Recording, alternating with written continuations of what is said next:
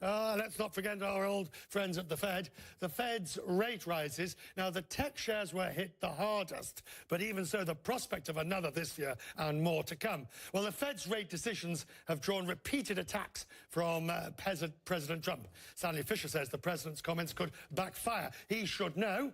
He is former vice chair, and he joins me. Good to see you, sir, in the C-suite tonight. There's many things to talk about. Let's just continue our line of thought on trade. We're not yet seeing the effects of trade tariffs in China's numbers, nor are we seeing them in the US economy. But is it your belief that we will? Well, it depends what the president is actually planning on doing in the negotiations with China. If it's a very hard negotiation and the pressure is kept on for very long, it will have an impact. If we're looking at a strategic, tactical announcements of what he's going to do, and that we will end up, in this case, as we have in others, with a compromise, a reasonable compromise, it won't matter as much as it could. How much does the Fed, the tariffs hadn't come along, obviously, while you were in your last year meetings, but how much does the Fed look at those sort of issues? Because if we look at the minutes of recent meetings, they're alluding to there could be an effect, but not wishing to give too much weight to it. Well, because nobody knows at this stage precisely what we're talking about. It introduces an element of uncertainty, which is itself a factor, probably increasing the VIX a little bit. They don't want to talk about it because they don't know very much about what it's going to happen, what it's going to do. If we take and I know the Fed's always data dependent, I think you must go to sleep. You must have been a good student, yes. No, I just heard it often enough. But if you were there now, yeah, would you be voting for more rate rises in the shorter term, December, for example, and beyond? Or would you say, let's wait and see now what's happening? You know, being asked those questions when you don't have the information that they have is not very helpful. They've got much more detailed knowledge about what's going on, the members of the board, than I have out here. I tend to put a lot of faith in what they decide eventually, because it is a result of a serious process.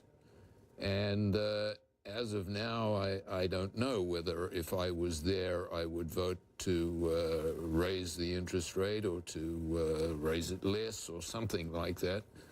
I just don't know. And I certainly wouldn't rule out that they're going to raise the rate for the fourth time, as they've said repeatedly that they will.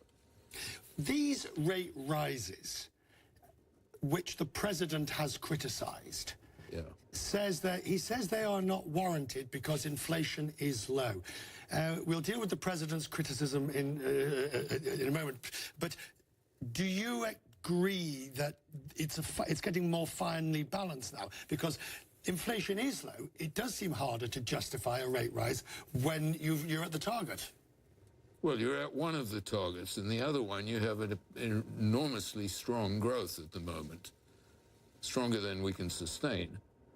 And we'll just have to see whether inflation rate comes along. I expect the inflation rate will come along. You think it's so the trajectory, if you like, even though it's data dependent, the trajectory is established? Well, the prediction is established, yes. How damaging is it to have a president criticizing the Fed in the way Donald Trump has been doing? I mean, as far as I can remember, I've never known a president to actually say, so if you look at some of the phrases the president has used, a big mistake, loco, crazy, too aggressive, ridiculous, going wild, I'm not happy. Well, that's moderate by his standards, so I don't know what to make of that. This hasn't been done before. Former presidents have stepped back after they've understood the difficulties they're creating. The difficulty they're creating is they're throwing another element into the decision. And we know precisely what the members of the board will try to do, which is to ignore it.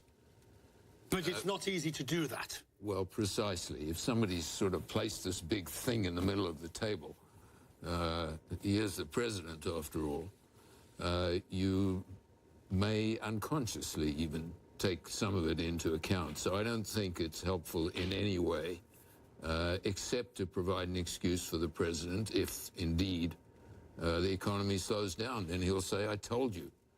And if it doesn't slow down, he won't say, that's the opposite of what I told you. I was wrong. Heaven forbid.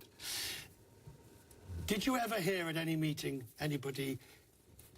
Was there ever any chit chat? Listen to what we've got to put up with now.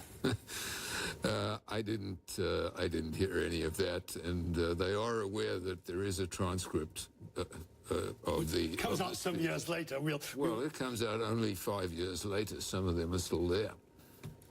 In the end, were you surprised that Janet Yellen wasn't re-nominated? Were you in any way upset that or felt that she was cheated out of a second term? Well, I mean, nobody has the right to a term, and she is from a different party. It was clearly a close decision, I think, and I thought she deserved it. If she'd got it, I'd have said she deserved it. And if she didn't get it, I'd say, well, there were political factors which are not surprisingly taken into account. Finally, sir, are you enjoying being out of the hothouse? Yes, but it's getting winter now, and it's harder getting used to that. It was enormously interesting. I was very lucky to have that opportunity, and I am sure that the people who are there now are doing an excellent job. It is one of the remarkable things of this process that they've appointed a very good board of the Fed. They always say, when you got the job at the Fed, I was always told, Stan Fischer wants one big job. One last big job, having been IMF, having been governor of the Bank of Israel, and now having been at the Fed.